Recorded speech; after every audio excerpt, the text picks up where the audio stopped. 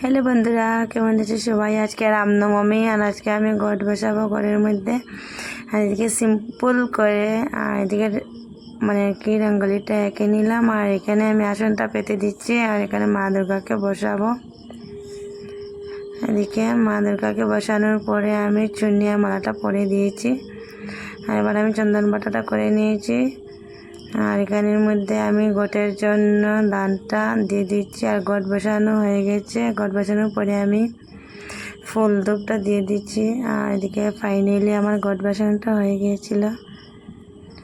আর এদিকে পায়েসের জন্য আমি গ্যাসের মধ্যে গরম জল বসিয়ে দিলাম। আর এদিকে চাল কিশমিশ সব কিছু ঢেলে দিয়েছি।